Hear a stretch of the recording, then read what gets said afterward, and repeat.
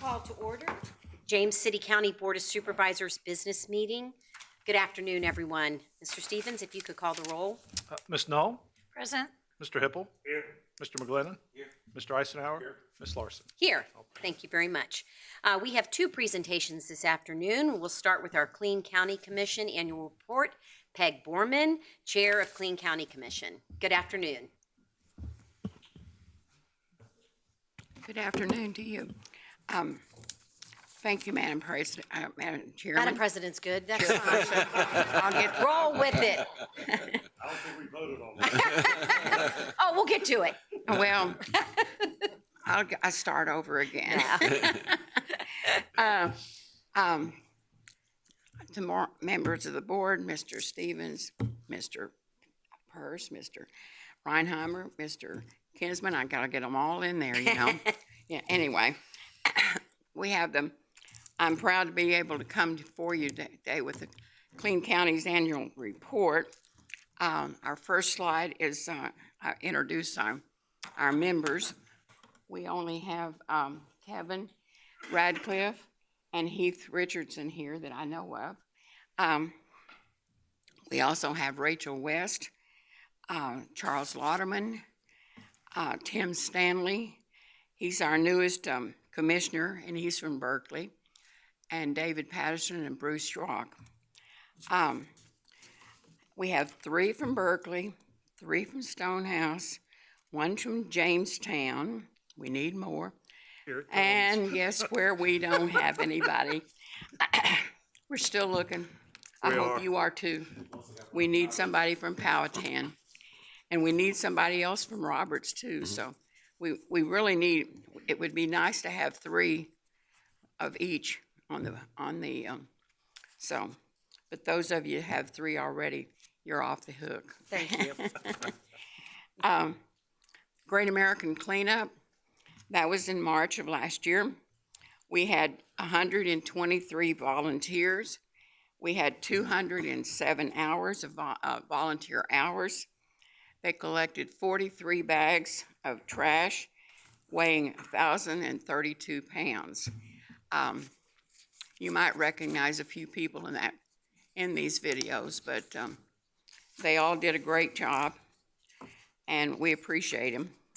The 45th annual litter cleanup was held on the middle of April last year, and we had and the girl in this picture, she's gonna kill me if she sees it. That was not a very good picture of her. We had over 100 volunteers for this one, and 244 hours with 92 bags and 3,300 pounds of trash.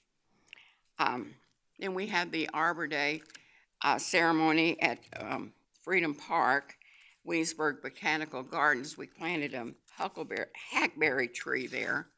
The one from the year before had been planted over at the Black Settlement, and we were going to judge the baby from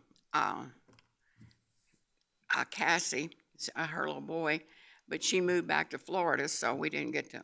But that tree had died, so hopefully this one's still alive. And then we had the Clean the Bay. That was in June 3rd of 2023. We had 3 cleanup sites, and we were working on the watersheds near the James River. We had Jamestown Beach event, Jamestown Road, and Strawberry Plains.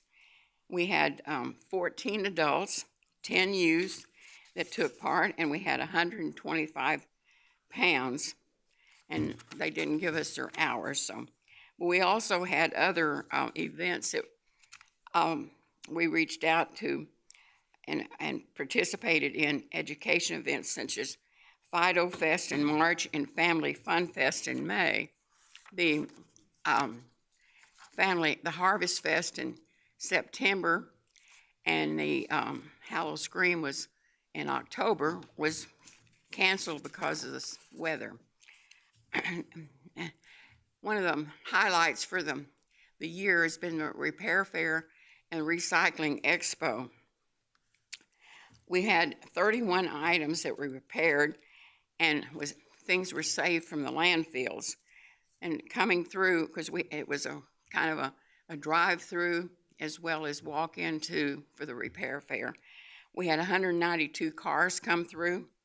We collected 70 tires, 292 pounds of the soft plastic, 200 pounds of glass, and 4 gallons of composting, 113 pairs of shoes and bags of clothing for the Souls for Souls, and 3,170 pounds of shredding, which that's always been a draw for us since we started it, because everybody looks forward to having those papers shredded. And we had a truckload of household goods for humanity, the Habitat for Humanity Restore. And then we also collected a half a truck from e-waste for recycling by junk luggers. They were one of our clean business awardees. But this one people ask me about all the time. When are you going to have this again? So I can tell that it's very well received. Then we partner with the Waterwise Gardens and Human Services Center to help them get with this with their program there. That sign that there's showing there on the left, that was funded by a grant from Keep Virginia Beautiful, and the garden, I guess it's a garden club. They celebrated their 20th anniversary in this event. And then we also partnered with the pollinator gardens in Veterans Park. That's they planted that park a couple of years ago, and they maintain it throughout in its beginning. If you haven't been out there, it's very beautiful in the summertime especially. But we gather the soft plastics, and through the Trex Community Plastic Film Recycling Challenge, and we gave them the second bench to put our second bench that we've collected for. We put it in the garden there so that they can sit in it. And we also partner with the James City Lions Club. When they collect soft plastic during the Recycling Expo. And of course, Will Barnes is well loved by most of us that know him. This was an event that was held on the 17th. His birthday is the 14th of June. And so we have it the Saturday closest to his birthday. And he was on the commission from 1999 to 2016 when he passed away. And he has left a legacy for us. And the Ruatan Club always presents the Will Barnes and Jim Robertson Scholarship at this time, because Jim Robertson was the first chairman for the Clean County Commission, and he started in 1979. And this is always a well-attended event, because we honor all of our volunteers of the year, and we always invite Barbara Barnes, his widow, to come. And Good Neighbor Grants we've been doing for quite some time, and we received the completion reports in April from 6 previous winners: Colonial Heritage, Jamestown 1607, LaFontaine, Riverview Plantation, Uncle's Necks, and Williamsburg Community Growers.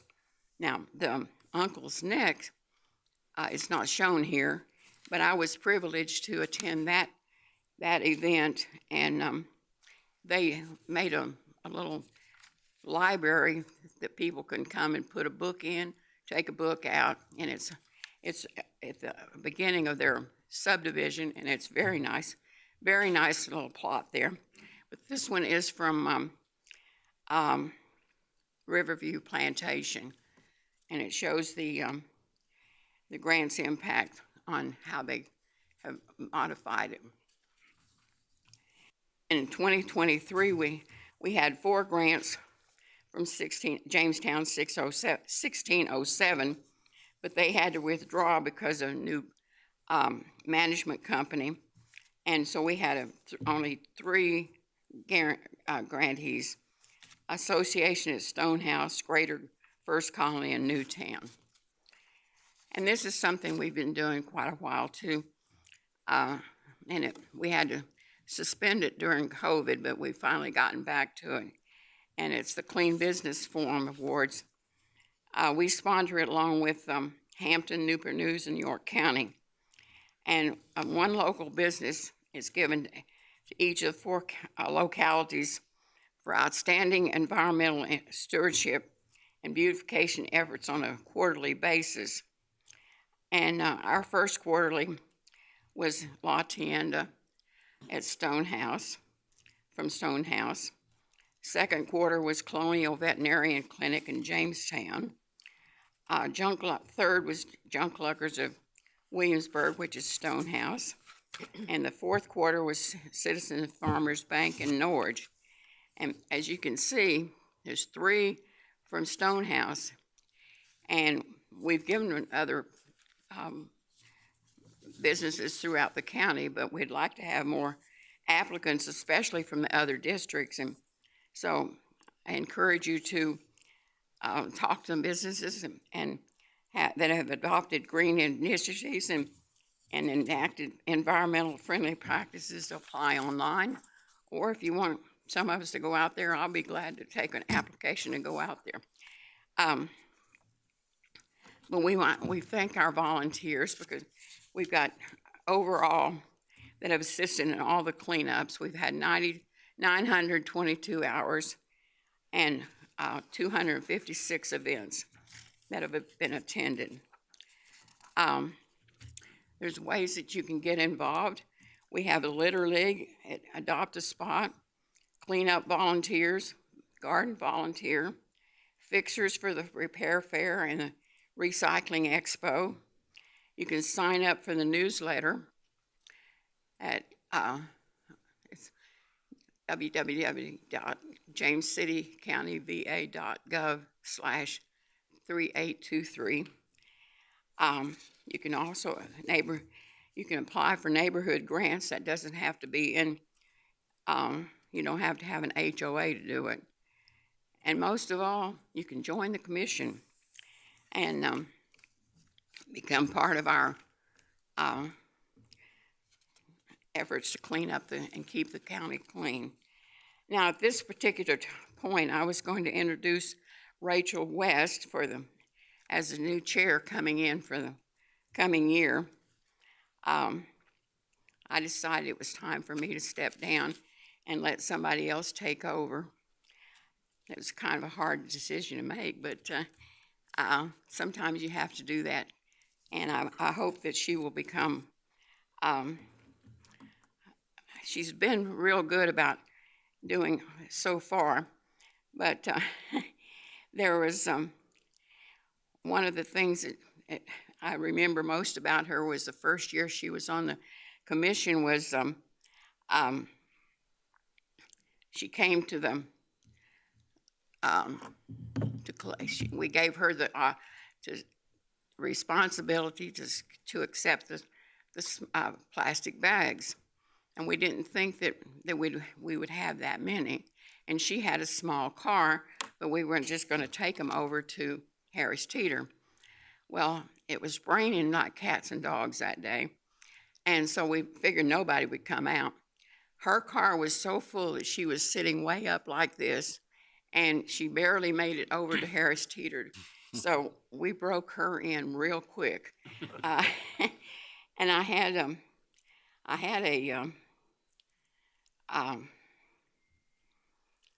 wanted to read what she said. It says, "Hi everyone, this is from Rachel. I have contracted a nasty cold making rounds around my workplace and don't want to continue to spread. to Peg and Downer for my video introductions. I am happy to send you a statement. Well, that wasn't what I was going to show you, but tell you, but she wants to. I'm not very good at this stuff. Anyway, upcoming events that we have are on March 23rd is a Great American Cleanup. I saw there's a thing out there on the door. April 27th is going to be the 46th Annual Spring Litter Cleanup. And also we're going to plant a tree at 10 to 30 that day at Freedom Park for Earth Day and Arbor Day. June 15th, Will Barnes Day Picnic. In November, I think 15th, or anyway, the Saturday following November 15th, will be our repair fair and recycling. And at this time, I'm going to show you a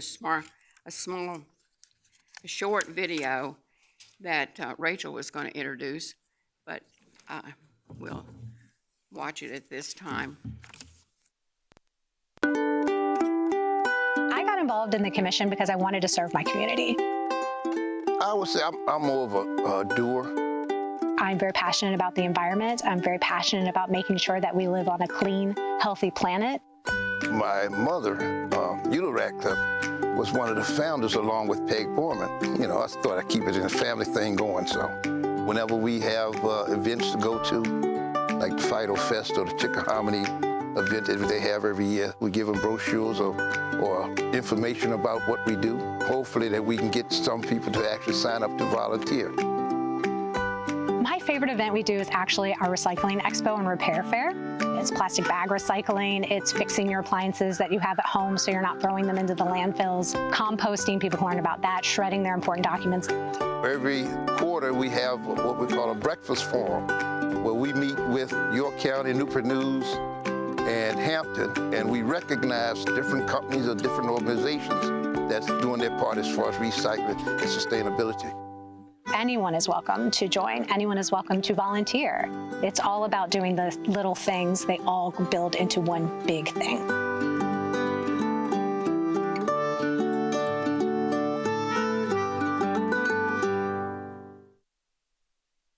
Shown this way. We'll work on that for the future. Well, it's a very nice video, and I thank the videos crew that took care of that. So, and after I struggle through that, I hope maybe you'll have some questions that I can answer. Questions? I have one. Appreciate all your years of service and all your hard work, and we know how faithful you are to keep our county clean. Don't forget, I'm going to still talk my trash. Oh, definitely, definitely. We want you to. When you do your presentation with the amount of hours, could you also put in there if they were paid? And it gives us another, say, 922 hours at X amount, saves James City County this much. So our citizens know how much your group is saving if we had to have county people or employees, and that's when they go out and pick up trash, how much this is saving the community and saving on tax revenue. Thank you. Yeah, That'd be valuable.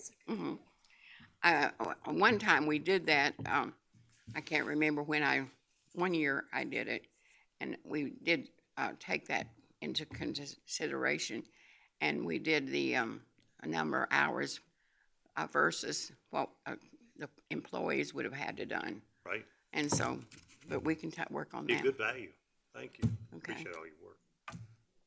I don't have anything to ask in terms of question, but I do want to congratulate you, Peg, for your leadership over the last many years with the Clean County Commission and all the other things you do in the community, and recognize the fact that we now give an annual award in your name to recognize volunteers. So thanks for all of that. I hope that you've managed to help Rachel learn how to talk trash. I know that she'll do a great job with that as well. I know I'm not going to be here forever, so I'm trying to get people to pick up I am. But the most important thing is, I want to just congratulate your whole commission because they really are a working commission. I've been to so many of your events where the members of the Clean County Commission are actively participating, helping with everything that goes on, and it's a lot of work and it's a lot of effort to organize that. So thanks to you, thanks to the commission members, and keep our county clean.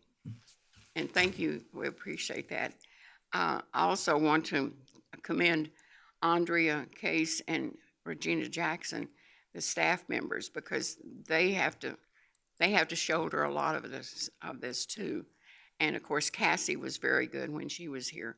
And but Regina has really been the saving grace until we got Andrea, so we appreciate them too. And I was just gonna say, Peg, you've been around doing this as long as I've been around doing this with the county, and I can't tell you how much I appreciate what you've done. It's always a pleasure to come out to the Will Barnes picnic and to see the volunteers and talk to them, and because there's so much that our county benefits from. Thank you. It's always a pleasure to have any one of you to come out. We're very happy to have you. So when does Rachel take over as the head of the Clean County Commission? At our meeting next week, the first Thursday in March. So how long have you been the head of the Clean County Commission? I co-chaired from 2010 with Will Barnes until his passing in 2016. He passed in June. Of course, I took over before that because he he wasn't able to come out all of 2016. And so I've been doing it since then as a regular. 14 years. I came on the first commission, or the first committee. Jim Robertson, Alma White, Eula Radcliffe, and I can't remember, there was 10 of us. And I'm the only one surviving. And I came on that just as a committee person, and Jim Robertson was a chairman, and Eula was a co-chairman. Then when it became a commission in 1981, I had 5 grandchildren I was helping raise, so I said I didn't have time to be traipsing around the county, but I stayed on as a volunteer, and I have been volunteering since 1979.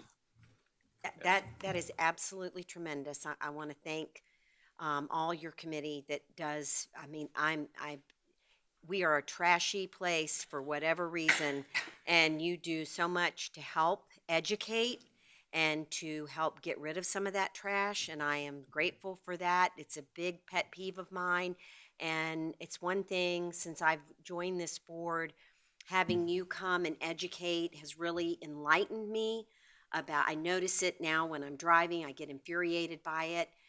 You've made a real difference just in my personal life and how much I notice about the trash in our area. And I thank you, and to volunteer that long on this type of initiative is just incredible. So thank you so much for your time and effort that you've given.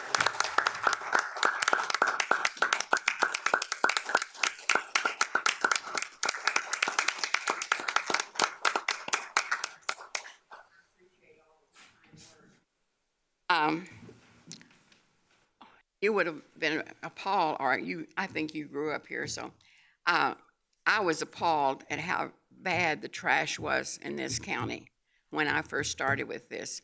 And that's the reason I got on it, because I've always picked up trash since I was about 5 years old. But it's something that it's never going to go away, but we can minimize it. That's right. And thank you for your kind words, each and every one of you. And thank you for listening to my presentation today. That brings us to the VDOT quarterly update. Rossi Carroll, VDOT Williamsburg Residency Administrator. Good afternoon. Good afternoon, Madam Chair, other distinguished members of the board. Here to give the quarterly transportation update, starting which will be the last quarter of 2023. In that quarter, we had 510 maintenance work orders come through our system. Out of those, we completed 442. which is a 87% completion rate. Some highlights of that quarter were we did some work at Norge Lane Drop Inlet Repair off Route 60, Nature's Way Sinkhole and Pipe Repair, Mount Laurel Road Ditch Repair, Route 60 Pipe Repairs. This was state forest repairs prior to the contract that we have out on advertisement right now for unbonded concrete from Anderson's Corner to New Kent Line. And then we did ditching in Brookhaven, Jester Lane, Carriageway, Ironbound Road, and we did some tree and shrub clearing on Jamestown Road as you enter the county off of the ferry. Some current projects that we have on our HITS guardrail contract. A lot of this is accounts receivable work, but as people hit guardrails, we have a contract that goes back once the police report is done and repairs those guardrail hit areas. We've completed 95 of the 97 identified out there so far. We have the Richmond Road bike path and sidewalk improvements. That's about a little less than a quarter mile sidewalks connecting Croker Road with Church Street. Project's currently under construction. Fixed completion date is end of October of 2024. We have the bridge replacement project over Diaskin Creek. I guess a lot of people call that the Hicks Island area.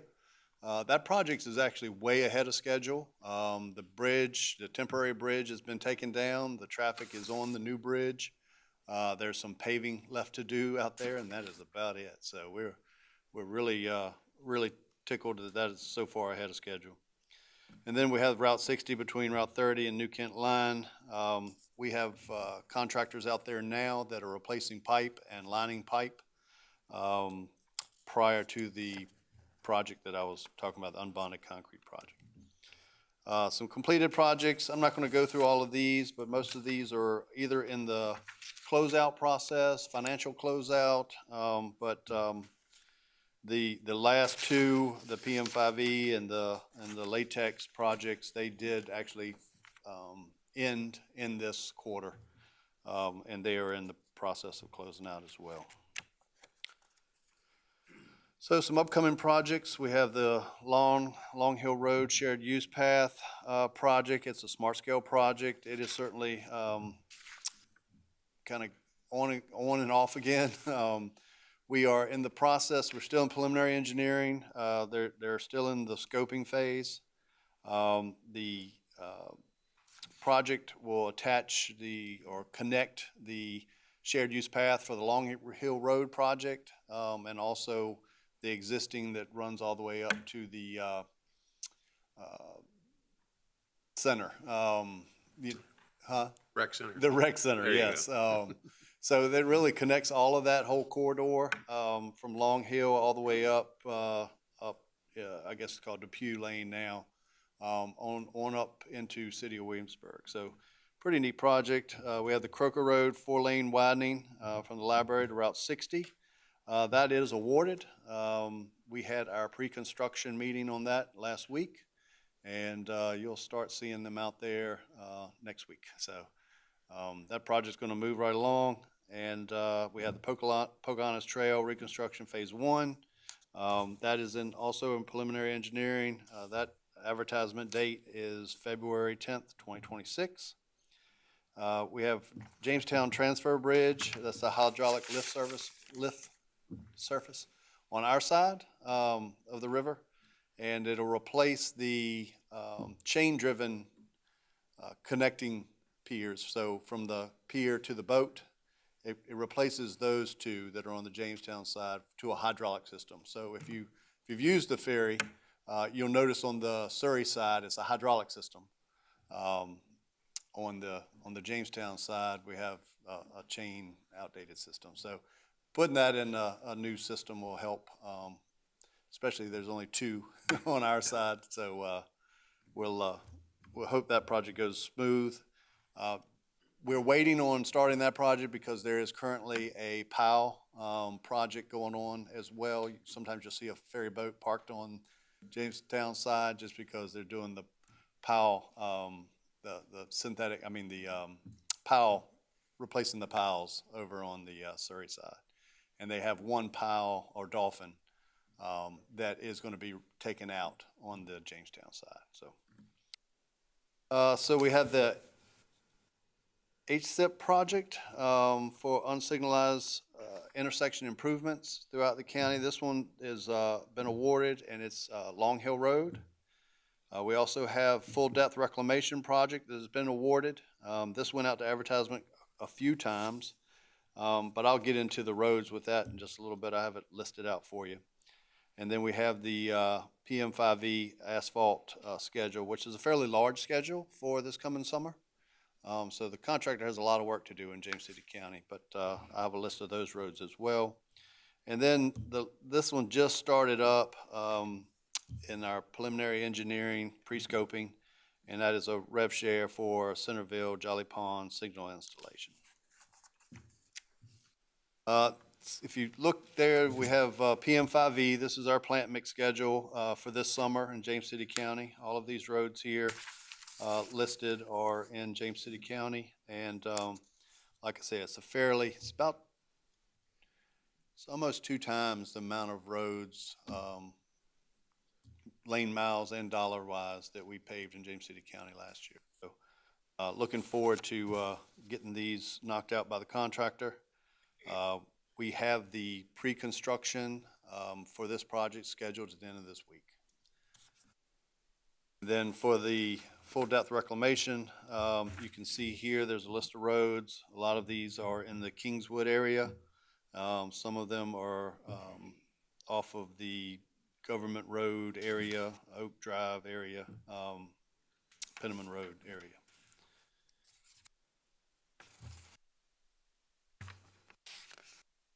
For other projects, we have the Gap C design build project. That is the 8.5 to 10 mile section from New Kent line back to, I call it segment 3, from the widening of 64, from 4 to 6 lanes. Public hearing was held August 24th, 23, and that project is in the RFP request for proposal stage now. Hopefully award design build contract in the spring of 2024. So we're getting very close, going through those hearings, and estimated completion date for that project is fall of 2027. And then last but not least, we have advertised currently is Route 60 unbonded concrete overlay for that section between Anderson's Corner and New Kent, both directions before total lanes. That is in advertisement. We had the pre-bid, or the pre-bid is going to be on the 29th, and then a month from there is the bids received. So hopefully we get some good bids on that and able to award that project. So our county safety projects, we have done a lot of work county safety-wise this fiscal year in the county. We did the Old Town Road ADA compliant sidewalk repairs, Newtown ADA compliant sidewalk repairs, the 199 tree trimming and sign daylighting, and then the Governor's Land DI curb, DI drop inlet and curb repairs. So looking at our plans for 2025, we have those 2 projects for Green Springs, Centerville, Route 5, might as well say Centerville, Route 5. And we also have the project at Old Stage and Route 30 across from Schoolhouse Lane. If we need to, but currently we have those in the secondary 6-year plan, and our staff will be working with y'all's staff to get some prior money on that. So we need to do some transfers, but we have the UPC set up. A lot of the design work has already been completed, but just getting the project money on it so we can go to advertisement. So looking good there, and we're in the process of setting up the 6-year plan. So that'll work in the next month. I think Gen Mod closes the end of March. So all of those changes, transfers will have to happen in the next month. Okay.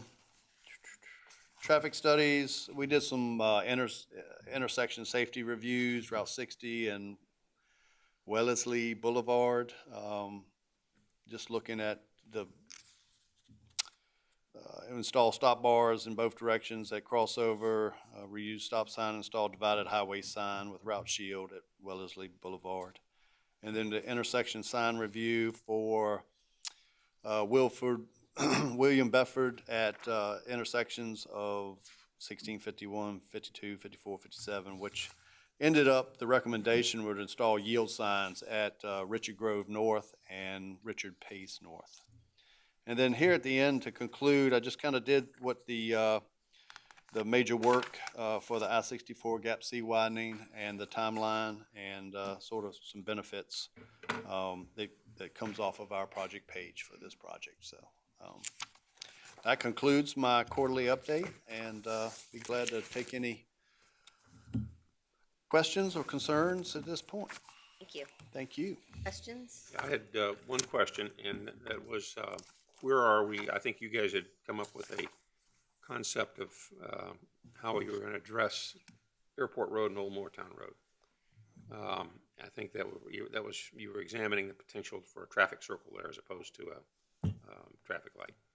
Yes, so that is where are we with that? What kind of a timeline? So we're in pre-scoping right now. That was, I think it was round 5, so it's like 26 money, I'm gonna say, where that starts. But they are doing some pre-scoping on it now. So that project's moving. The project manager contacted me 2 or 3 weeks ago trying to get moving on that. And that is funded through our Smart Scale Fund. So it is a project, but it is out year money. So we're not going to construction in the next year or 2. Okay, so it's another couple of years so you seek actual construction on it. But it is funded. Yeah. So very good. Thank you. It's in the 6-year plan. I've got a couple. The new curb that's on 60 up in Toanna, right in front of the store, I've noticed already, and we haven't even gotten much traffic going, the curb goes across the whole front of the store, and it turns almost immediately into the store. And so when one car pulls into that area, it stops that left-hand lane from moving any further. It's not much room to get off into a medium and then turn into the store like it is up further at Church Lane. They have a queuing area up there that they can get off, but there's not much right at the store itself. And, you know, and I've seen it a couple times now where, and I don't know why everybody up through the Toanna area and that area loves the left-hand lane. They can't get over in the right-hand lane to save them. They drive in the left-hand lane and it prevents anybody from turning. I wish as the residents would ride in the right-hand lane to let left-hand people turn when they need to. But that curb is holding up anybody that stops that entire left-hand lane. If you would just check that out. Which store is that? It's right up there at, gun store? No, not the gun store. Oh, shoot. Oh, daggone. Used to be Percy's store. Percy? Yeah, McCown's store. Yep. And thank you for the project. I know everybody up my way is going to be excited about the old 60 project and raising that road up. That's going to help. We've done a lot of drainage work out there. You have. They've been working hard up there and cutting the trees down, getting everything ready, getting the drainage in, which has helped a whole lot. Yep. It's going to be hard, It's a tough maintenance. Keep everything moving and keep people in and out of their driveway while you're raising the whole thing up 7 inches or so. But it'll, when it's done, if they hold off when it's done, it's going to be really worth it in the long run. The sound barriers coming down 60, I've had a few people off of Rochambeau that have made comments as far as the noise, and I've talked to a few that have said in VDOT that it doesn't warrant a sound barrier down there. And I know it's still in the works and that's why, but they're really close to the intersection right there. And, you know, and so some of the places are, you know, what's that neighborhood? It's not Pine Song. I can't think of. Miss Miller lives right on the corner there. And one of our librarians for years, and she's right there on the road, and she's made comments as well as far as that goes, because it's right where it turns real close to the interstate, and right, and they're saying they're not gonna put any there. They're saying they're gonna put it down further for the, yeah, well, no, for the, camping and that sort of thing, but not any further.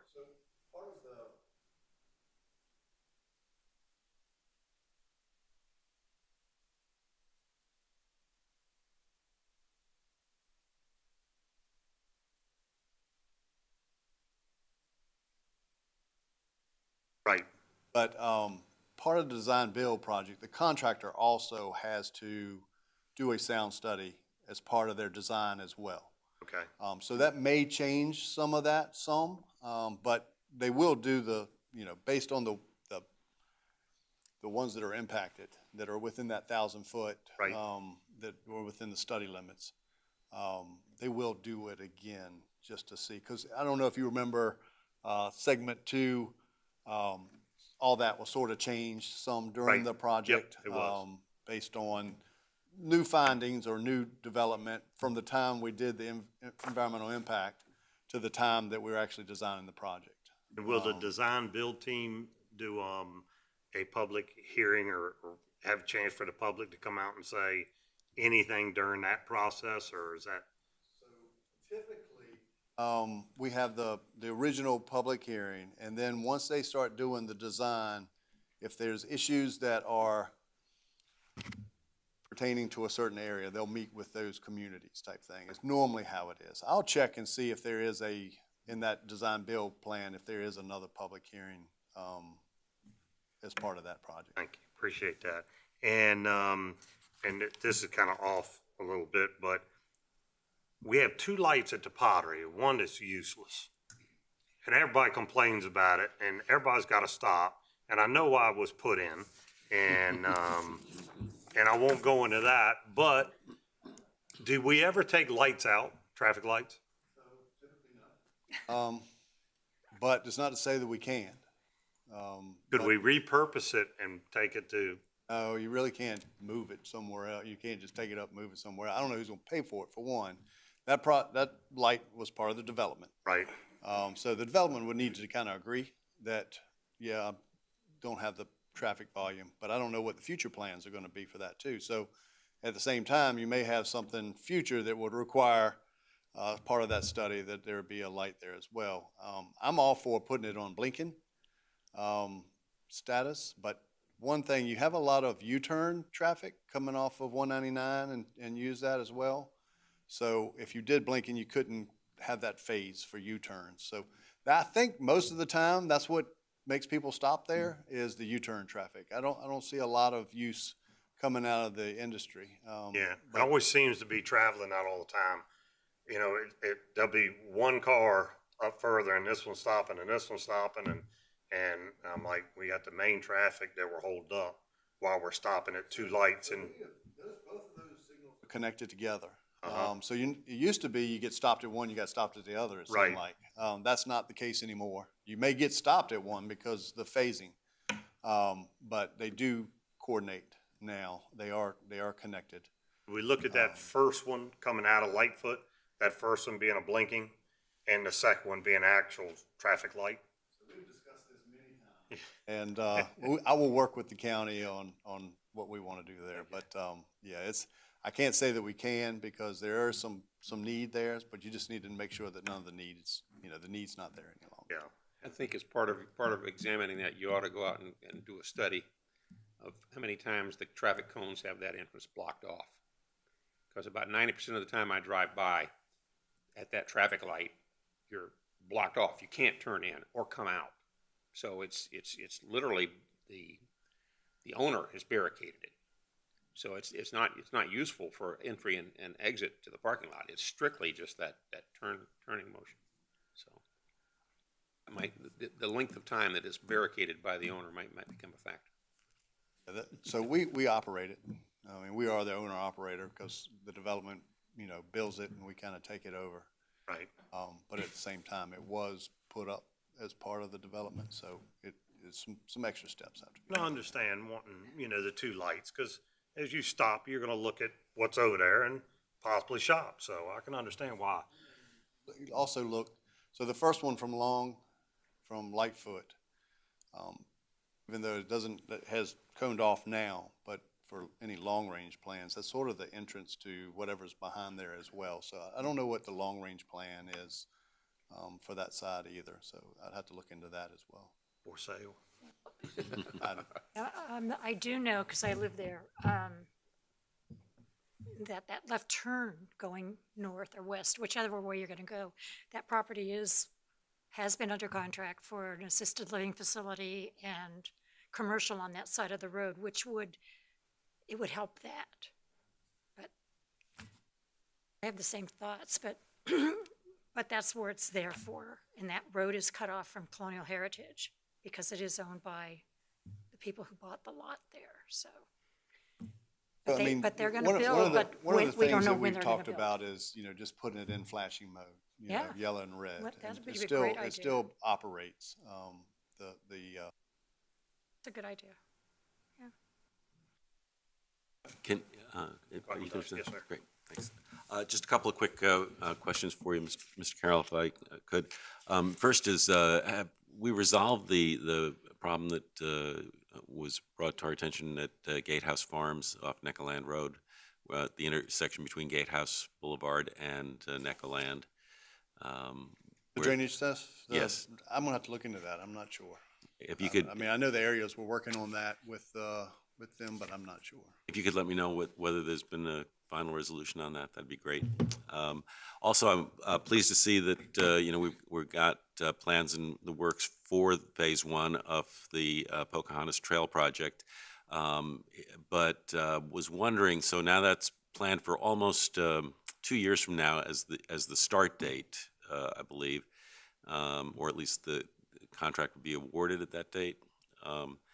And I'm wondering But about. that date there is, the first date is the advertisement date. Yes, but the May date is Award date. award date, okay, yeah. So I assume after the awarding, things will start to happen, Sure. right? Notice to proceed, go to construction. Right, and prior to the advertisement, presumably, there's a need to hold another public meeting to discuss the project now that it's been broken into two parts? Or at least folks haven't really been kept up to date on it, I don't think. I've tried to provide them with information, but I think they're looking for an opportunity for another meeting to see what's going to happen, and just a question of whether there will be any property acquisition prior to any of this happening, the advertisement or anything of that nature. If I I'll could get back with you on that. Great, thank you. And I think those were the only things that I had. Thanks for the work that you've been doing, and I'm sure I'll continue to pester you about various things. Very quickly, I think that we reached out about some trees that are very close to Route 5 that the beavers have almost taken out, but they are hanging on, and there's concern that they're going to fall into the roadway, and I think it is on VDOT property. There's a document that says it's VDOT, yeah, but Okay. we're aware of it. Well, while y'all are arguing about that, they're going to come over, so. We're aware of it. Okay, if we could, because I have had several people reach out to me about that. And then if you can just let me know, I know that, the bike paths get cleaned up where we are in that schedule, just so I'm aware. And that would be great. And we are checking on the pond levelers and everything on our end, just because that water's getting creepily close to 5 from beaver activity, so. That's been an ongoing Yes. struggle, even out on Route 5. Yeah. Tell you what. We're All out right. there a lot. Yep, thank you. Well, thank you.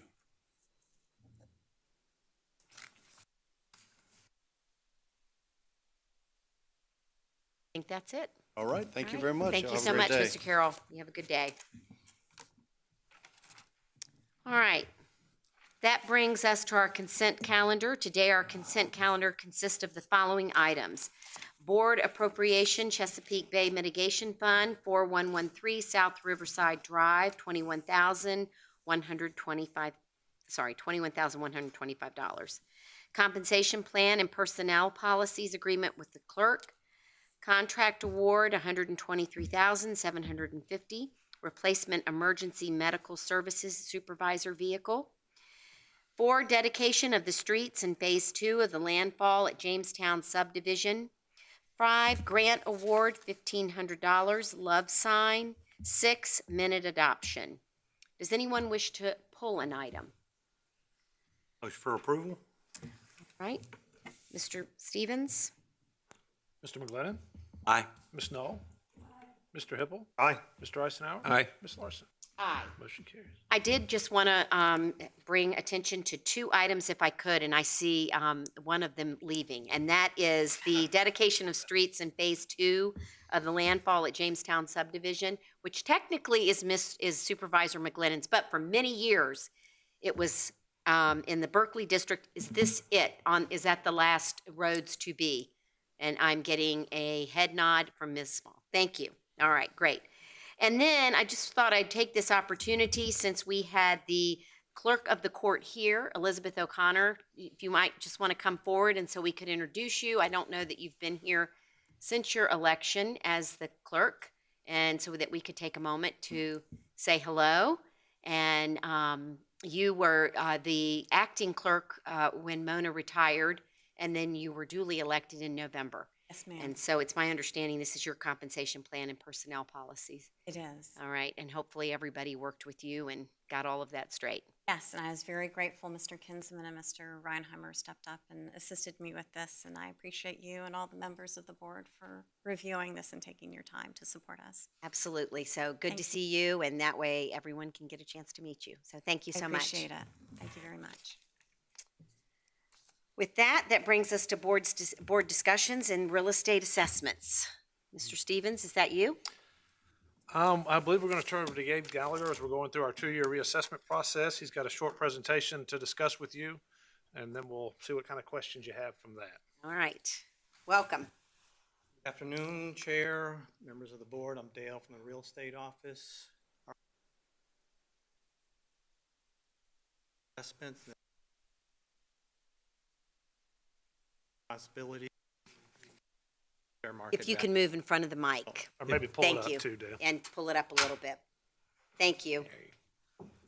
But one of our responsibilities is to get to fair market value, and that's where we're going to go right now. Fair market value is the property is which prices which it will bring when it is offered for sale by one who desires but is not obligated to sell, and is bought by one who is under no necessity to have it. And our mass appraisal is a process of valuing a group of properties as a given date and using common data, standardized methods, and statistical testing. Determine a parcel's value, assessing officers must rely on valuations, tables, scheduled development, and through mathematical analysis and market data. Transfers. We may disqualify transfer sales that aren't arm's length transactions, such as family sales, foreclosures, things like that. Appraisers must confirm and verify that sales be extracted information and data which affects and impacts the sale price. It may be necessary and extensively researched for property transaction.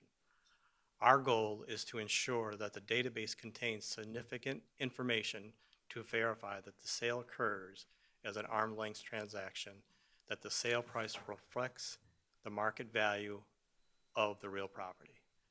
A lot of this is the steps that we go through when we see the sales come in. We're trying to get to market value. These are a lot of the things that we go through to make sure that we are at market value. And this is just a number of the sales that we've used over the last couple of years. Again, we do it every 2 years, so it's just a number.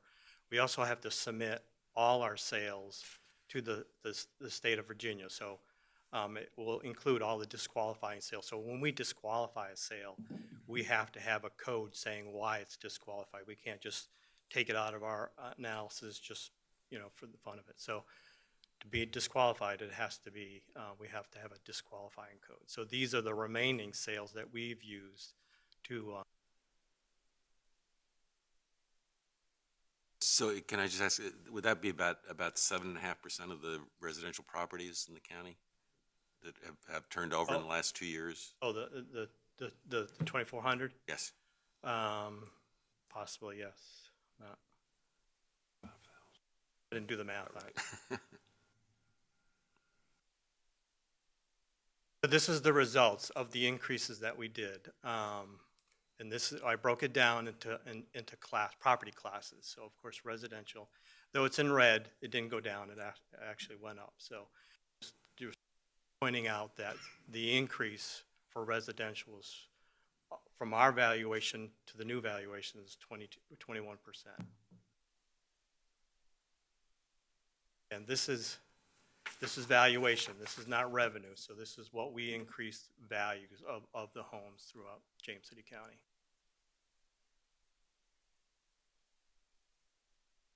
Here I broke it down because as you saw, the overall county went up 21%. But I put a list of a few neighborhoods. You could almost put any neighborhoods into this list, but each neighborhood, goes up differently.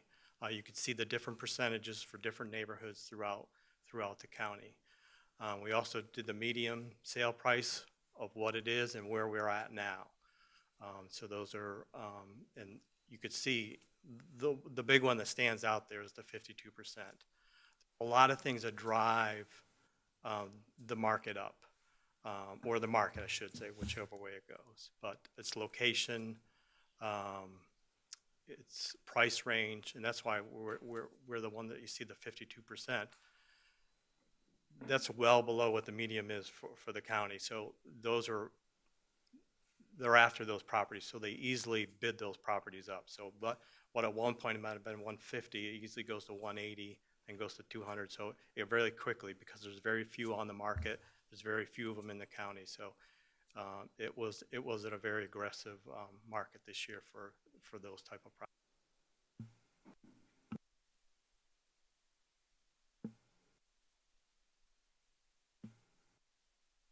What we did here is we actually took the medium of last year and the medium of this year. We did two different things. So that one, the medium shows you what we were and then what the new medium is for this coming year.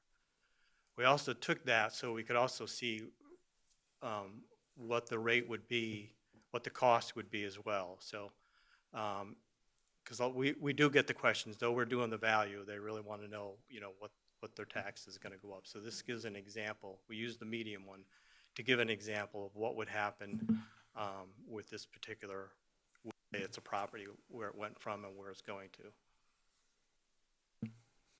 So the median value of homes in the county is 411,000. It is now, yes.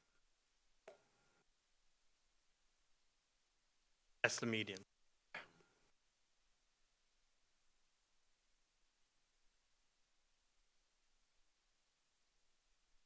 So this is the card that will go out. This is the new postcards that will go out. And the last slide we show those numbers, and actually on the card we'll have those numbers. You'll have your new 25 assessment value. It'll have the levy on there, which is the current tax rate at 83 cents, and it also will have the percentage on there of what the particular home went up. And of course there's information for appeal, and I'm going to get to that I think right now, but this is the postcard that will go out to every homeowner. That value went up. So when are these have these been mailed yet? yeah, these will be mailed out on the 29th. 29th. Yeah. Okay. Now, Jim, have you gotten any email yet? So you should know they haven't been mailed out yet. You shall hear over the weekend. Yeah.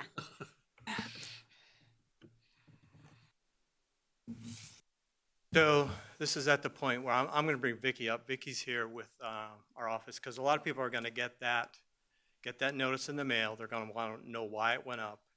So the first thing we ask people to do is really to look at some of the sales. Look at some of the sales that have happened in your neighborhood. things like that. And then, of course, they can call our office. We usually go through the sales with them. We'll go through a number of things to make sure our information's correct. We want to make sure what we have is correct, the condition and the size of the home, things like that. So Vicky's going to talk about the board because, again, we'll get to where we may have a disagreement where the value, the homeowner, the property owner may think that even though they've looked at the sales and look at our assessment, they may still disagree. It happens not very often, but then if we say we're as an office, we're confident on the value that we have, then we give them the option to go to the Board of Equalization, and that's at a date in June, and that's where the board members will take a look at it. She's going to explain that. This will be interesting. I'm Vicki Hognace. I have been a real estate broker for 43 years. I was born and raised here in James City County. I have been appraising property for 21 years, and I started with the Board of Equalization on 2014. So taxation is how localities fairly distribute the tax burden among all property owners. The price of a good or service would bring between an informed, willing seller or buyer and an open and fair marketplace.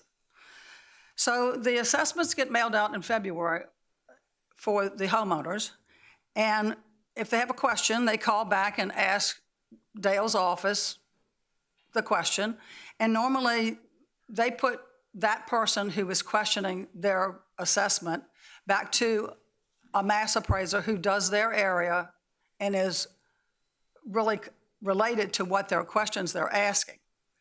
So the appraiser goes over their square footage, their bedrooms, their baths, and fireplaces, and things that make a difference on an appraisal.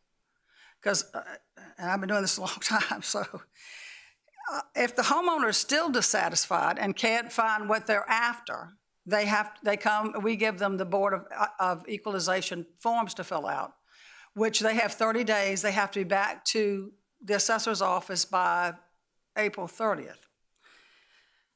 So they ask, the appraiser from the assessment office asked the homeowner to pick 3 properties out of their neighborhood to use to show us why they think their number is correct or why they think their number is less. And that's normally the case. It's less is why they're coming to us. And, you know, more times than not, and I mean, I've got 10 years in, the homeowner doesn't know how to calculate or what they're looking for. They know what their property's selling for. They know their neighbor sold. They know somebody on their back street sold, and they keep up with those numbers. But what they don't know are the particulars that go through to make the assessment what it is. So they normally choose the wrong data or they'll choose the wrong comparables, and they can't help it because they don't know the difference. So they then come before the board, and they lay out what they think it should be. And we've had, in the past, we had a couple that came, and the wife said that, she said, we're interested in this. And so we've done a lot of homework, and they had. And it was interesting. However, when you pick, on my side of the fence, when you're an appraiser, we follow federal rules. So we have to pick sales in that neighborhood. And if they're in that neighborhood 3 to 6 months, they want them close, they want a small property in square footage, they want a larger property, and they want one that's almost the same size. So that creates a medium situation. So the homeowner doesn't really get that. They just know that John Doe sold for X and Sally Field sold for more or less. And so that's where they lay their presentation on pretty much. So after they present their findings in that room and there, we show them ours. And I must say the county has done their homework. They're on top of it, and they know what's going on. And those homeowners, they don't understand where we got it, where the growth is, where it's going, or how to even compute their findings to the relativity of what their number is. Now, we also see commercial or we get commercial in there. And normally, big business will fly in an attorney for that day. And let me tell you what, that attorney has done their homework. They have all the facts and statistics that you could ever want. But what that attorney doesn't have is the heartbeat of our community, the emotional feel and where we are put, or where we would place our businesses, and where we think we get the best dollar. So last year, the whole focus was on Newtown and Monticello Avenue.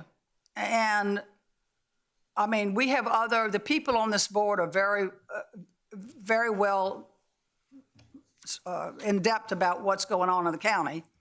So in saying that, the other real estate broker that was there stated, and he's a commercial broker, everybody wants to see Newtown.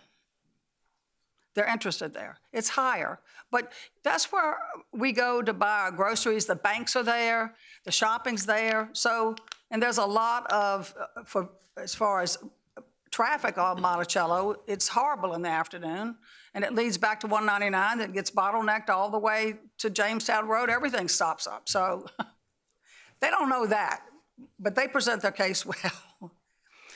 So if after all this goes on, if the boards consider the option and we look at it to be fair, sometimes in this last tenure of mine, I only know of 1 to 2 properties that we've lowered the price. And it was because it was a hilly place, and to build would be, infrastructure or whatever is impossible to do that. And supply and demand have always led that factor as well.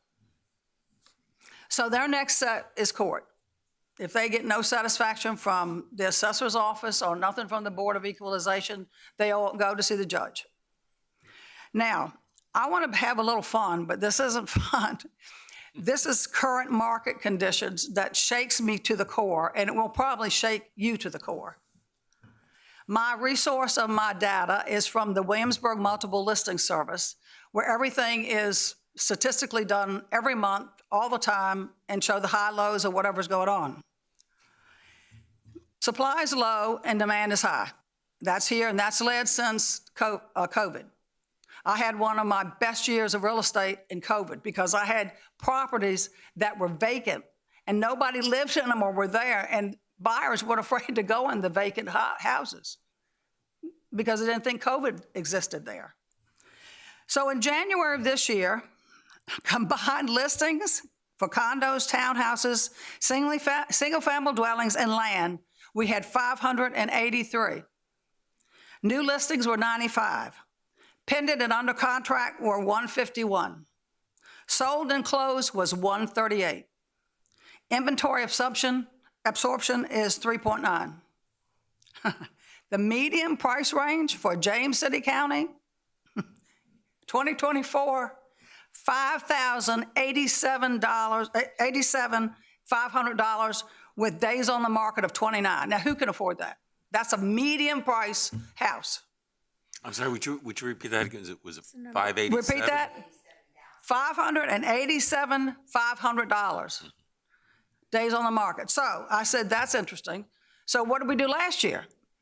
2023, January, 404,950. Days on the market, 19. Now you take 404 from 587, and that's a vast differential. And these are median prices. Now you do take into consideration all the things that go in the median category, like condos, townhouses, land, and everything else. I find that how in the world can our children or our kids buy anything that way? And so I showed 3 houses last month myself, and the startup, they were flipped houses, and they had been refurbished. They were $295,000 to $300,000. They sold in 2 to 3 days, all 3 of them, and we missed out. So today was 7 on the market this morning, 2 coming soon, because this coming soon has created all these bid wars. They get on the internet and they look at this. What is this? And this is something I need. And 12 closed, and 20 pended in one day. This is a one-day look at what's happening in our community. So Last year, I'm going to tell you a little story. I had clients who had cash, and they had any amount of money that they wanted to spend. I showed them properties from February till November, at which time they bought for cash and closed immediately. We were fighting bid wars. We were fighting $100,000 cash left on the table. I have more paper than I have sales for that entity because it was really something. She said to me, the wife, Vicky, you know, we can buy this if we want it, but what about resale? What are we going to have when it comes time for me to resell this? I'm already up to $450,000. Am I going to get $500 for it? And I said, you know, if I had a crystal ball, I'd like to look into it myself because we'd all be, hindsight is 20/20. And I want to tell you, buyers are savvy. 98% of homes are sold on the internet before they ever get to the property. They know what it looks like. They already have a feel for the community. And I want to tell you, with my couple, we went within hours of a listing, and we still didn't get the sold sign or the sold what they wanted. So, and everybody goes to Zillow and Trulia. I wish they'd use Realtor.com because Zillow and Trulia are owned by the same entities. Realtor.com is where it all has to go in, and a realtor has to do it fairly and honestly. And it's not all, everything on that Zillow and Trulia, even when I check it, is not so. But anyway, they are compiling their list. What we feed them is where they get it. So I don't know what to tell you. They're big numbers I've given you. They are actual numbers. They're scary numbers. And good luck. That's all I can say. Thank you. Thank you. I'm sorry, Dale. You're good. So, so here's just some information. I don't know if you guys got some questions for me, but again, the mailing is February 29th. These are some dates that I guess you guys have committed to go out and do some community meetings.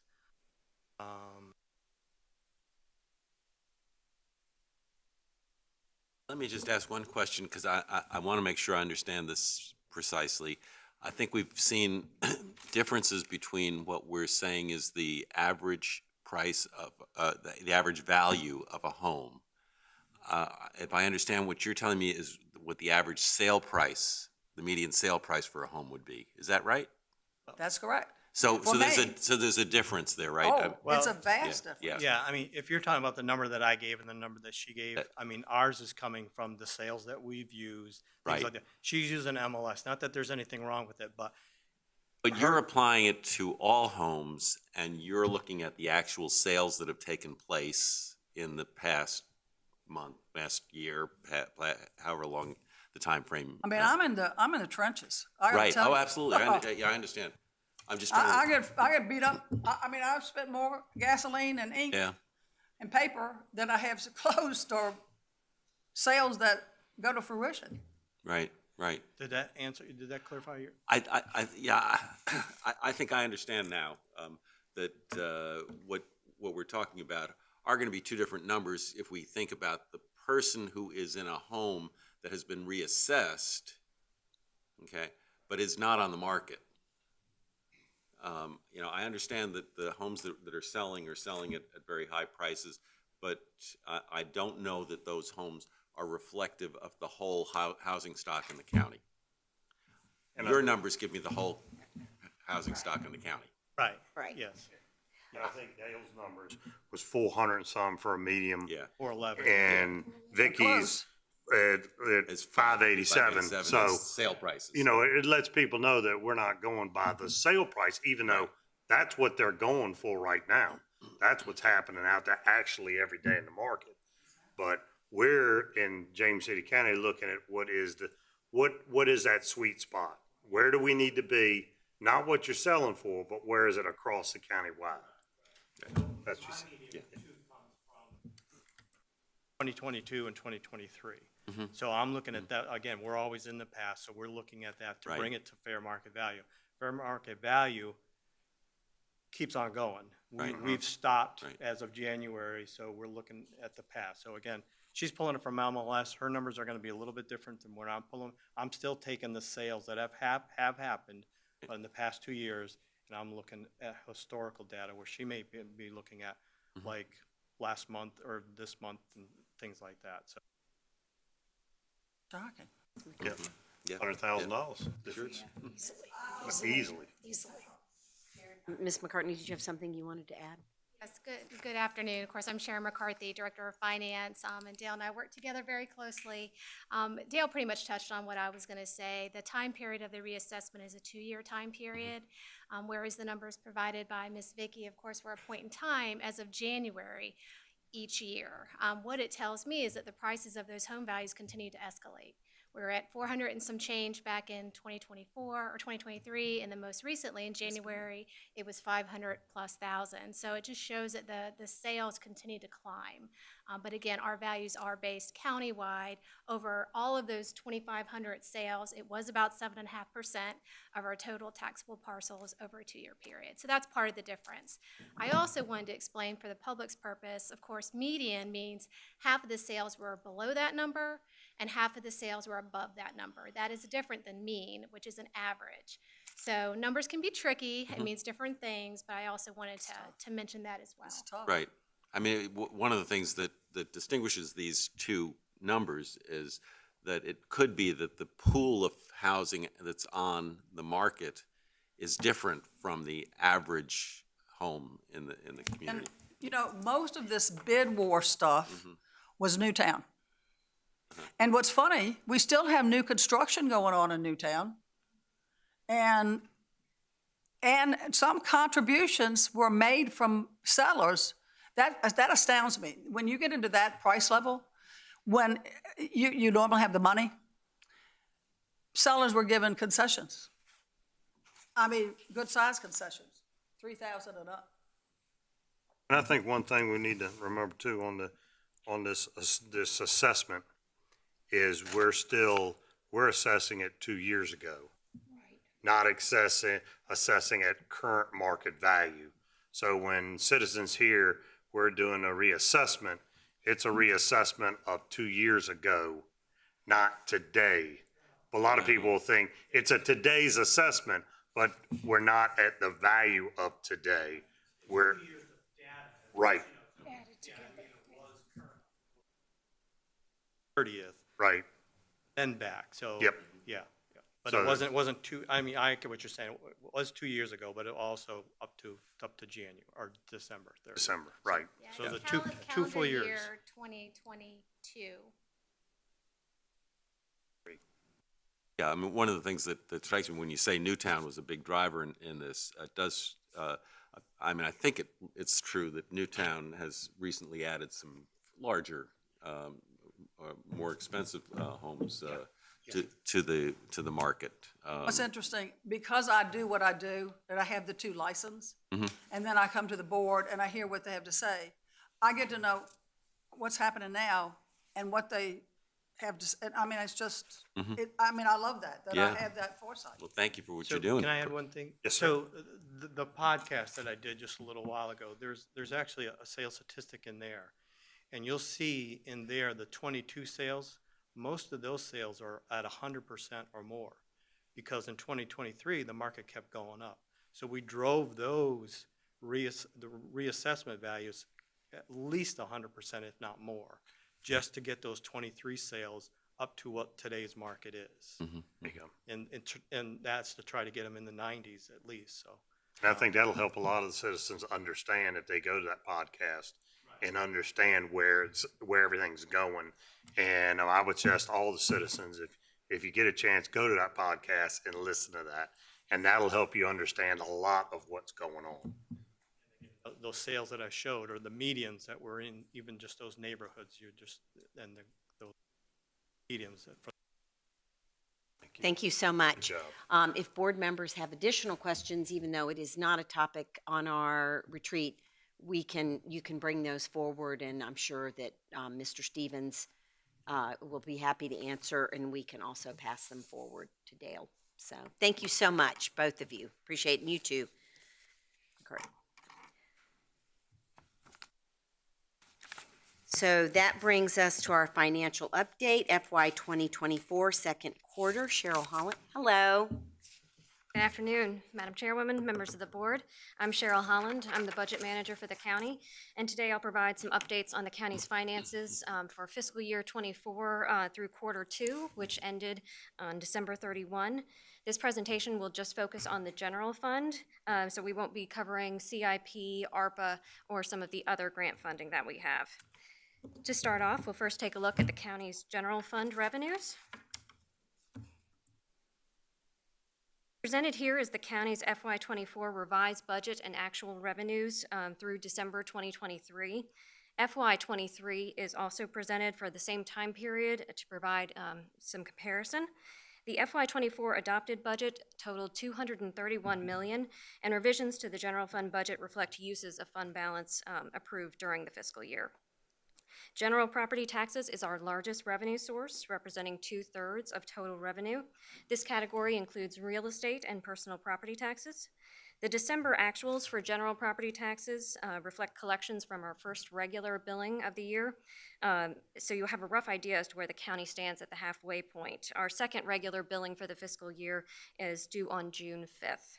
The increase in this category primarily relates to personal property, as citizens have purchased new vehicles and we've seen older vehicles retain their value. The other revenue types do not have the same billing or collection frequency as general property taxes. Other local taxes, for example, includes local sales taxes, which we received 2 months in arrears. So these December numbers only reflect 4 months of revenues of that type. Similarly, excise taxes, such as meals and lodging taxes, are 1 month in arrears, so we only have 5 months of those revenues in the December numbers. I'll also note that the county's business license taxes are again included in that other local taxes category. Those only have one regular due date each year, and that's March 1st, later this week. So we'll have a better idea where we stand in terms of that revenue once we go through the third quarter.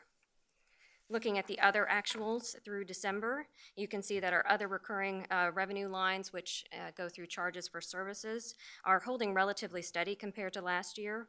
Over the last few years, we've seen rather significant growth while recovering from the pandemic, and now we're starting to see that rapid escalation level off a bit as conditions normalize.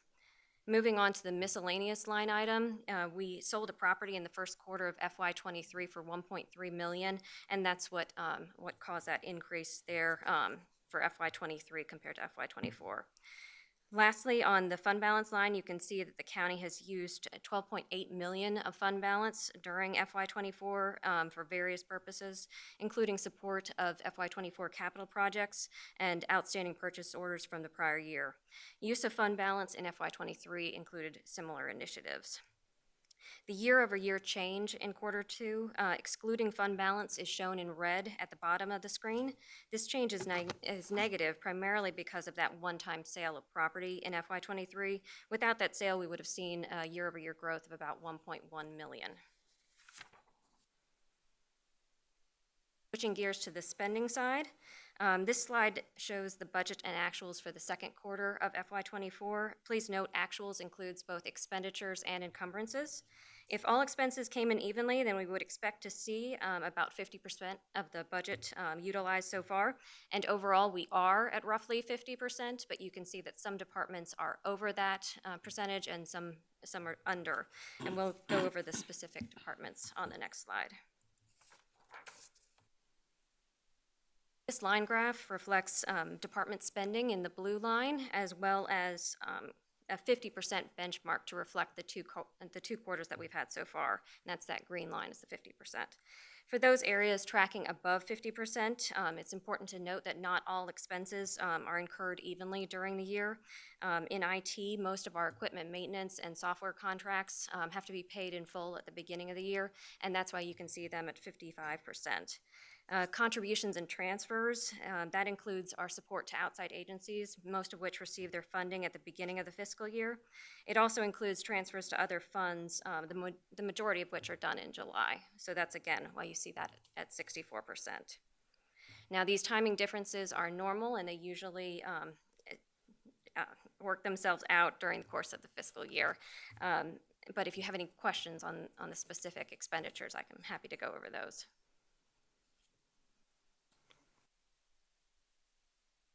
That wraps up my remarks, and if you do have any questions, I'd be happy to answer those. All right. Thank you so much for the update. Appreciate it very much.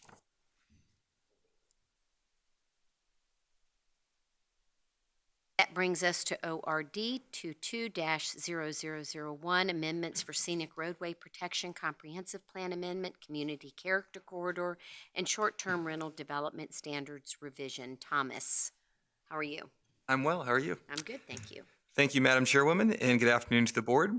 At its January 9th, 2024 public hearing, the Board of Supervisors discussed Ordinance 22-0001 and the proposed amendment to the comprehensive plan regarding the approved list of community character corridors and short-term rental development standards. The Board requested more time to consider the impact of the proposed setback on existing structures located along the affected roadways, and the Board also requested further discussion on the short-term rental standards. Regarding the zoning ordinance amendment, staff has proposed a setback for certain scenic roadways. The draft language would establish a baseline 400-foot setback for A1 zoned parcels that are located outside of the primary service area along abutting scenic roadways designated open agricultural within the comprehensive plan, which would only be Forge Road if the comprehensive plan amendment were to be approved.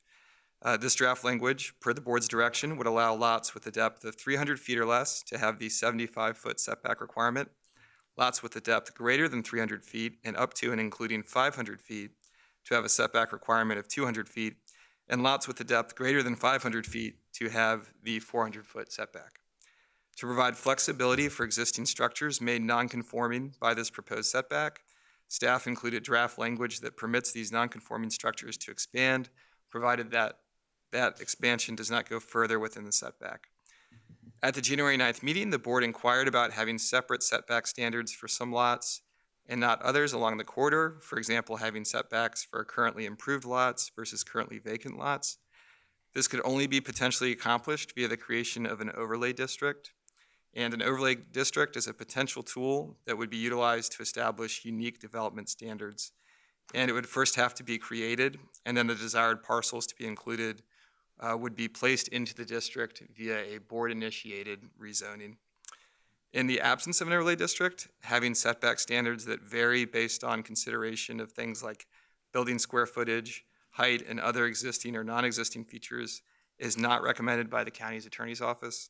And the reason for this is that their advisement has been that zoning regulations should be uniform for each class or kind of building and use throughout each district and must treat similarly situated properties similarly. Regarding the comprehensive plan, in response to the board's initiating resolution, staff had prepared a limited amendment to the comprehensive plan that accomplished the following. The first was to revise the CCC table such that the portion of Old Stage Road that was located outside of the primary service no longer be classified as a CCC, which would mean that the proposed setback concept would only be applied to Forge Road. And the second issue was to remove the following recommended development standard for short-term rentals: be operated in such a manner that the property owner will continue to live and reside on the property during the rental. And based on the comprehensive plan that was adopted in October 26th of 2021, the following standards would still be in place: that short-term rentals be located on lands designated rural lands, neighborhood commercial, community commercial, mixed use, or economic opportunity, be located on the edge or corner of an existing platted subdivision rather than internal to it, and be located on a major road.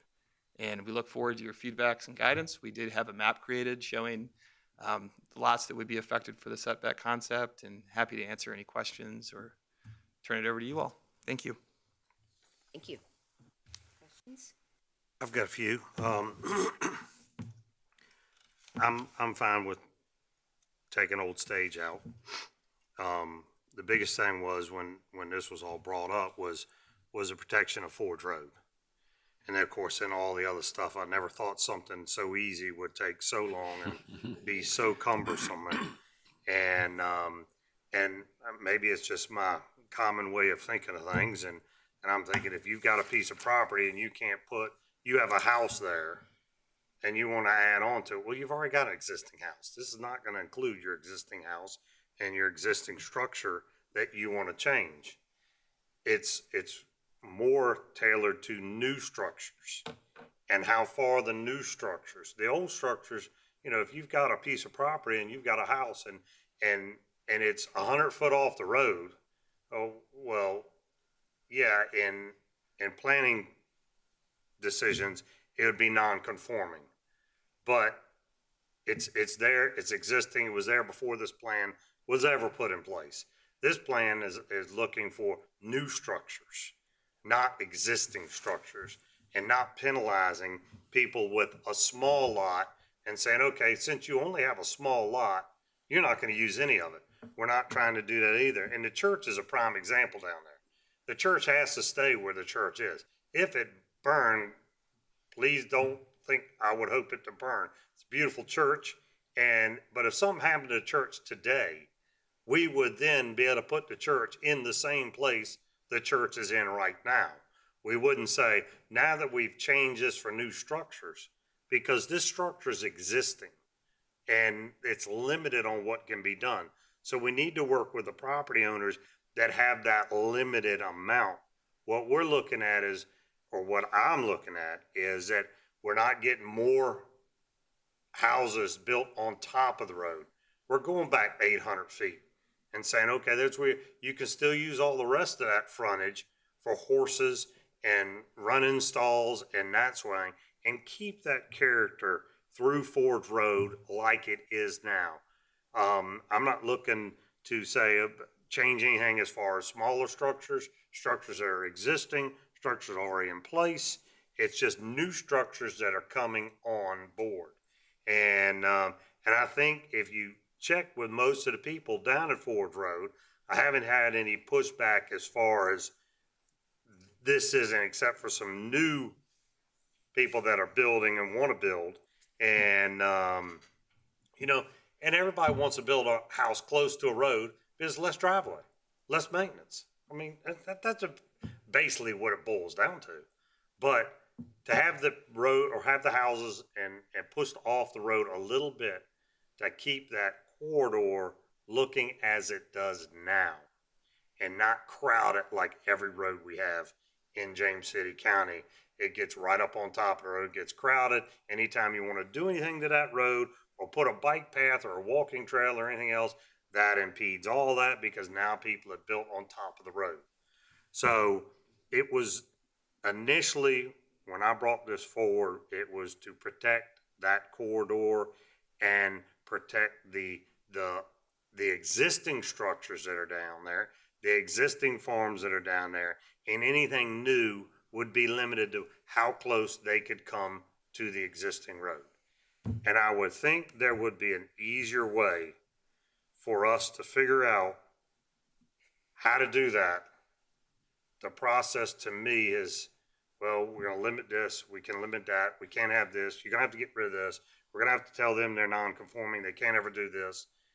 We've got to still allow our citizens that will be, as planning goes, non-conforming, to be able to add on to their house, adjust their house as their needs change, or tear down that house and put up a new one.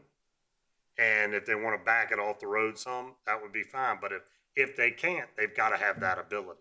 So it's got to be a compromise in here somewhere as far as how we work with our citizens in that area. Because we want to preserve it, they want to preserve it, but I don't want to lose my rights as a citizen if I lived on that road of what I could do with what little land I have compared to the person down the road that may have a couple hundred acres. And then we've got a lot of area in conservation easements down there as well. And so, and Linda Rice, Friends of Ford's Road, the whole group has done a lot to try to protect this area down there and make sure it stays like it stays. And I think that's something we should really push towards and try to keep promoting. I don't want to see so many land holdings end up being a huge subdivision, which they could be overnight with by right. And once you get that in there, we've lost the road. Once you get a few of them in there, I'm telling you, that road, it's done. Nobody's gonna care about it then, and everybody's gonna start moving out and moving to another area, and they're gonna be like, well, there goes another one in James City County. So maybe we can help one section. Can't help it all, but maybe we can help one section. That's my 2 cents for right now. I think that was 6, but okay. Okay. We'll go with 2. Perfect. I'll give you Someone 4 else? back. I agree. Thank you. Any other? I guess my question was, it sounds like, my understanding of it is that we've carved off Old Stage because it was harder. And so we were still looking at the setbacks here. The difficulty being that you've got to treat everybody uniformly, and you have apply setbacks, and somebody becomes non-conforming. Now the new setbacks are going to apply to them when they go. So my question I'm trying to figure out here is, if we decided to tackle this thing as an overlay district, my understanding is we zone the whole thing as an overlay district, and then we go back and do board-initiated rezonings to put specific properties in, not all, but all specific properties in. If I understand it correctly, that would then protect the existing ones that would be otherwise non-conforming. Right. And it's maybe a bit more of a goat rope for us to do, but we are then able to target where we want to do this. So I would think that would probably be the simpler, I don't want to say simpler. It's going to take a lot of time and a lot of work, but it would probably be a cleaner way of doing it than trying to apply these arbitrary setbacks, which then create problems for people. So I would lean that way. And then the question I have for staff would be, if we do an overlay district, is it necessary to take Old Stage Road out of the community character corridor? Because the only reason we were pulling it out was because we didn't want to apply these things to it. We could still have it as a community character corridor, still just like Ford Road, only we would only be applying the overlay district to the areas that we wanted to target for protection. Is that? Yeah, I can see, but I would like to eat this apple first, and then if we want to look at Old Stage, look at that. But if we can take this bite out of the elephant first and get this worked out, and then what we learn from this as we go through, we may be able to apply to other areas. Yeah, but if we find it works on Forge Road and we want to apply it to other areas, it really doesn't make a difference whether it's community character corridor or not, because this is still a community character corridor. We're putting an overlay district on it. It wouldn't preclude us from putting an overlay district on additional character corridors. So I don't know what the necessity would be then to take Old Stage out of the community character corridor if we were going to use this tool to accomplish what we wanted to do. Yeah, we could leave that in there, and then this tool would be an added thing for Ford Road. Absolutely. I don't know, maybe. Yeah, that would be fine with me. Staff could probably give us an idea of the length of time we were talking about, if we want to do this, what the process would be, how it would be phased, what kind of length of time, what kind of workload we're talking about. Those are all really good questions. You know, at your last board meeting, we did formally postpone the public hearing on this item until, I believe it's an upcoming meeting, maybe our April meeting. Yeah. So, you know, one option would be to maybe indefinitely postpone that while we work on this. At whatever point we need to bring that back, we could always re-advertise, but that would at least dispose of the current question at hand. You know, if subsequent discussions with the board aren't about reinventing the 75 versus 200 versus 400 foot setbacks based on the parcel size, then a big part of the heavy lift has already been done. It's really just getting consensus from board members on which particular properties they are interested in.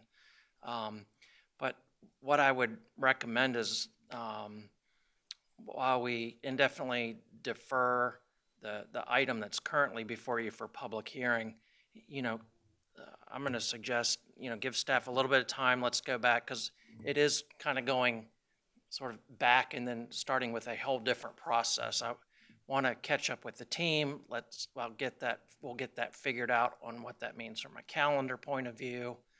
And then we can advance those once those come into picture. I don't know that we could do it in 2 or 3 months, but let me get that schedule pulled together for you, and we'll share that with you. And I think the overlay district in this area would work real well. I think the 800 feet would work very well. I think keeping all the houses and all the properties that are existing in another category so that they don't, if they want to put an addition or something, it doesn't fall into this, and it protects them in that area because it's already existing. And we need to make sure we protect our existing homes and citizens that have the smaller lots and that sort of thing so that they can maneuver and do what they want. I think with all of us, I think we can find this medium in here that will work with, protecting the road, but also protecting the citizens that are there that want to protect the road as well and are living there. Certainly bring that back. Thank you. Thank you. So Thank you. do we need a motion then to not do the April? Take that off? Do we? Did postpone that to that meeting, and so, we'll need to bring that one back and have that on the agenda. But if I understand the board's direction, we will get up and say that based on ongoing conversations, we recommend the board indefinitely defer consideration of those items. It would include both the ordinance amendment as well as the comp plan amendments. And then again, at whatever point those come back, we will re-advertise, bring them back through the process, and have all those steps there. Good move. Okay. Thank you. Great. Thank you. Thank you, Thomas. We have no board considerations. Board requests and directives. Ms. Knoll? I have one, and I think we're going to talk about it this weekend at our retreat and all, but since we've been covering revenue, taxes, and assessments, and I know we've all kind of leaning in that same way as far as, our 83% per 100 tax rate, that may be, we may look and see if we can hedge that down if we're getting revenue on the other side as we work with the county administrator on our budgeting process and all that. I know that's I guess would be some of our conversation on Saturday during our retreat. Thank you, ma'am. That's all I have. I think I'll pass on. Oh. Okay, well, I'll cover February 16th. Michael and I had the opportunity to speak to Forge Colony newcomers. Yes, we did. And it was a packed house, quite a group, and we had a lot of good questions and answers. So it's enjoyable to get out and meet the public that way. February 21st, Workforce Council, essentially, it's up to about a $38 million a year budget right now. One of the biggest drivers is the U.S. Navy contracts that are dealing with the maritime trades. And so it's a very productive board, getting a lot done for the region.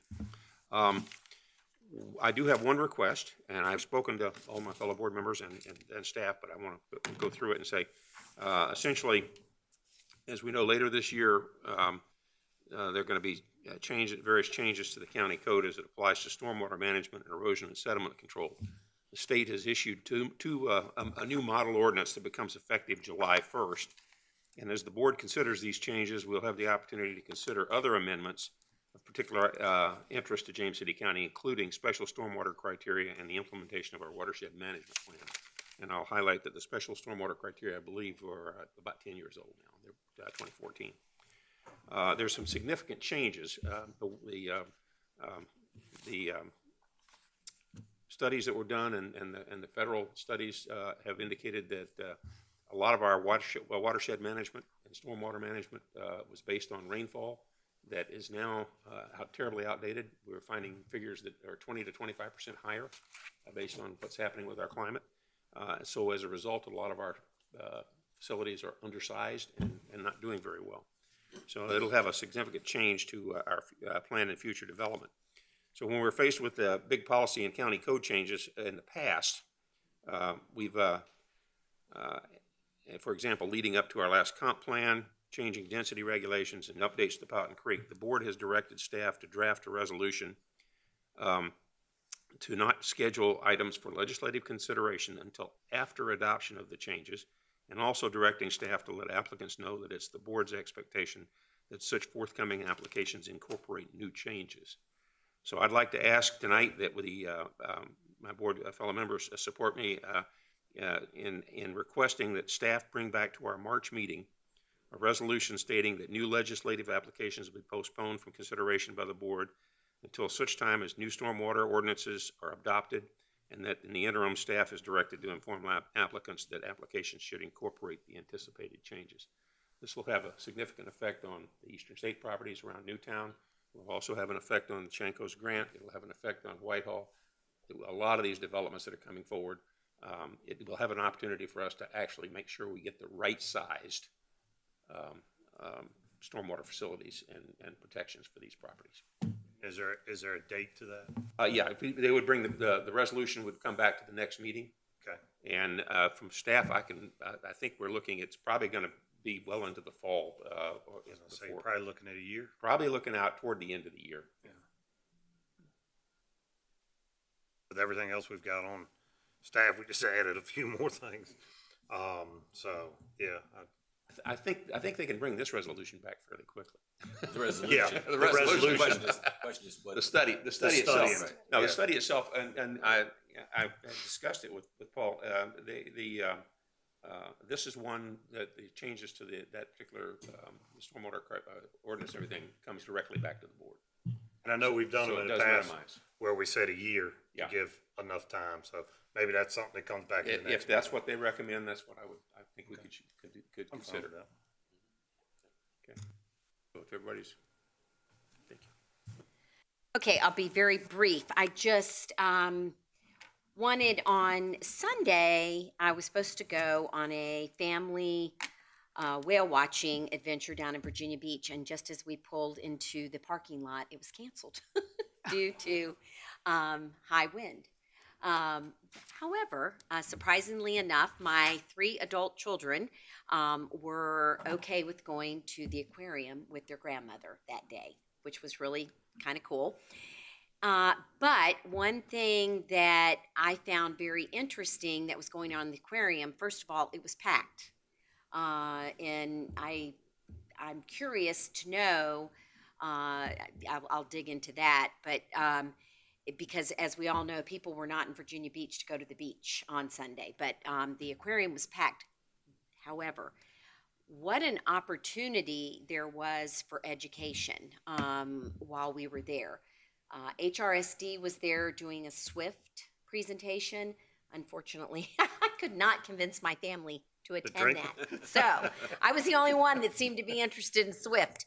But they had their Parks and Rec department there that were doing all these informational and educational games. They had information there about the Chesapeake Bay and things like pet waste and the impact on that. And there were little giveaways and just all these different organizations from across the peninsula that were there.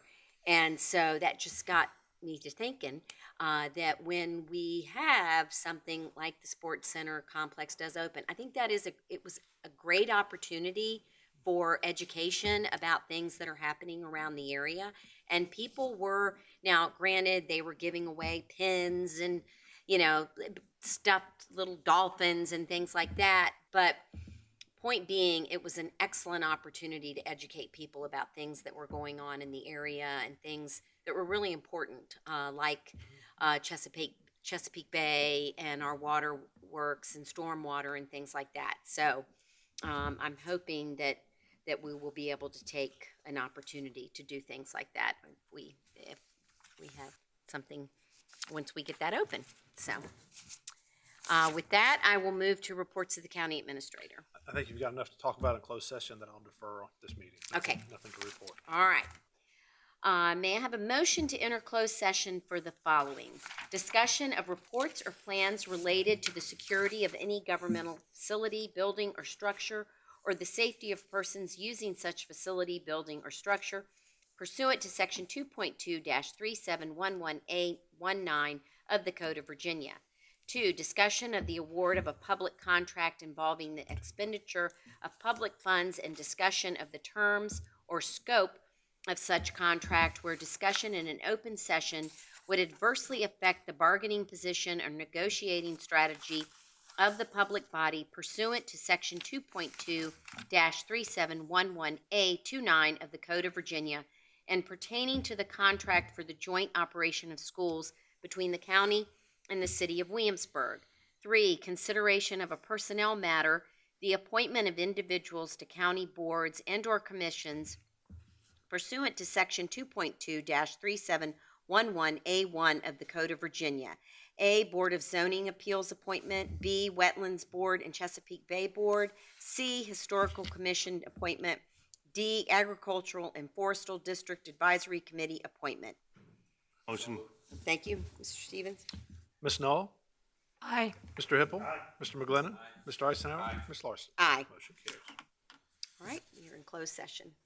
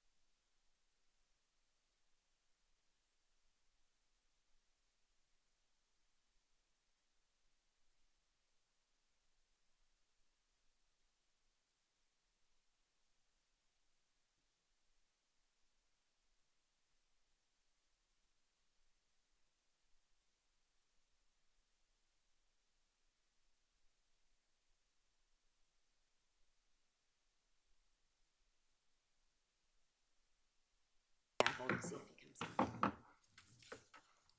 Okay. We need a motion to certify the closed session. Chair, I move that we certify that we only spoke about those items we indicated we would speak about going into closed session. Thank you. Mr. Stevens? Ms. Knoll? Aye. Mr. Hippel? Aye. Mr. McGlinnan? Mr. Eisenhower? Ms. Larson? Aye. Motion carries.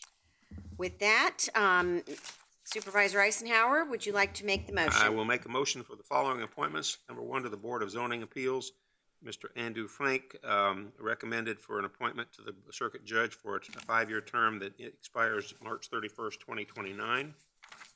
Appointment to the Chesapeake Bay Board and Wetlands Bay Board. We're going to appoint Mr. Mark McElroy as an alternate for a term that shall begin March 1st, 2024 and expire December 31st, 2030. For Historical Commission appointment, appointing Mr. William Fox to a term that will expire June 30th, 2026. And for Agricultural and Forestal District Committee, an appointment to Mr. Will McElfresh, and there is no expiration date on that one. Thank you. Mr. Stevens? Ms. Knoll? Aye. Mr. Hippel? Mr. McGlinnan? Mr. Eisenhower? Ms. Larson? Aye. Motion carries. With that, I need a motion to adjourn until 8 a.m. on March 2nd, 2024 for the board retreat. So moved. Thank you. Mr. Stevens? Ms. Knoll? Aye. Aye. Mr. Hippel? Mr. McGlinnan? Mr. Eisenhower? Ms. Larson? Aye. With that, we're adjourned.